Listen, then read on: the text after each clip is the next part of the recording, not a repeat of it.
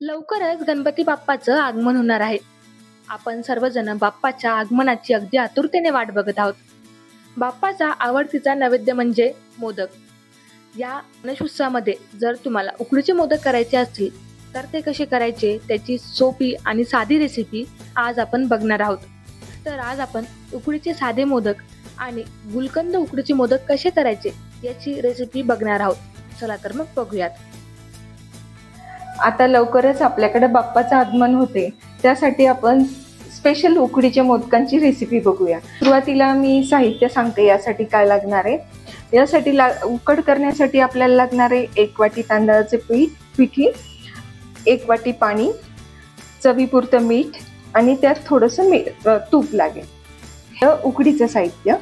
आणि सारण्यासाठी लागणारे आपल्याला 1 वाटी नारळाचा चव, ओल्या नारळाचा चव लागेल आणि त्यात 1 वाटी जर नारळाचा चव असेल तर त्यात अर्धी वाटी गूळ लागेल आपल्याला आणि थोडीशी खसखस लागेल. ही खसखस भाजून घ्यायची.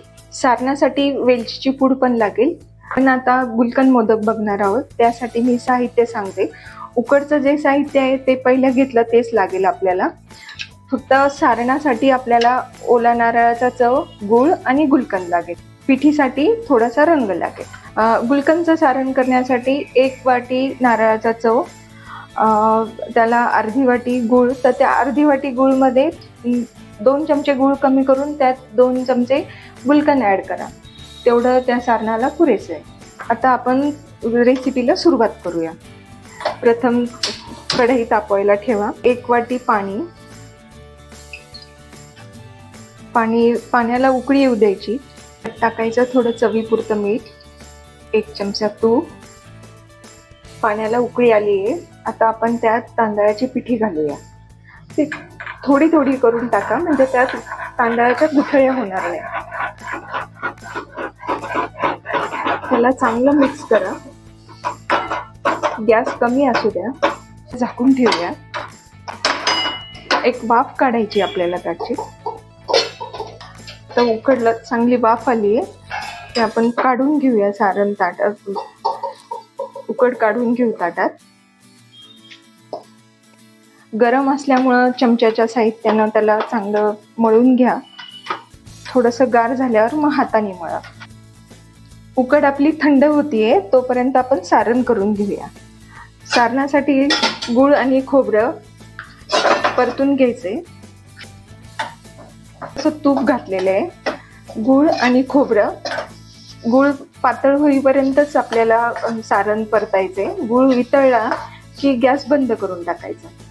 त्यात आपण वेलची पावडर टाकणार आहे. वेलची पीठ घालूया आपण त्यात. आता आपलं सारण तयार आहे. ते गोल गोल गोळे करून घ्यायचे त्याचे सारखे. आणि आता आपण त्याचा मोदक वळूया. असं हे 2 बोटांनी साईडनी पातळ पातळ करत जायचं, म्हणजे पारी आपली मोठी होती. आणि बोटांनी केल्यामुळं लक्षात येतं कुठं जाड कुठं पातळ. त्या हिशोबाने पारी फिरवायची. पारी एकदम पातळ झाली पाहिजे, कुठं जाड कुठं बारीक अशी नको.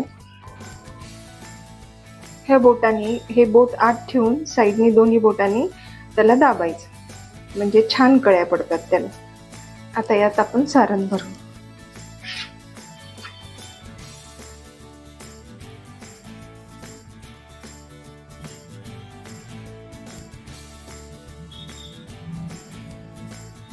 गुलकंद मोदक करायला घेतोय.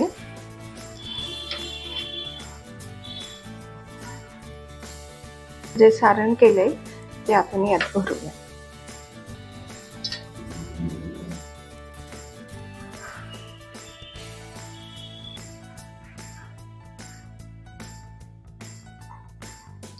आता आपण हे मोदक उकडायला ठेवलेत. त्याला थोडं थोडं तूप लावायचं वरतून. त्याला एक 12 ते 13 मिनिटं लागतील. तर या पद्धतीने तुम्ही असे उकडीचे मोदक तयार करा आणि तुमच्या बाप्पाला याचा नैवेद्य दाखवा.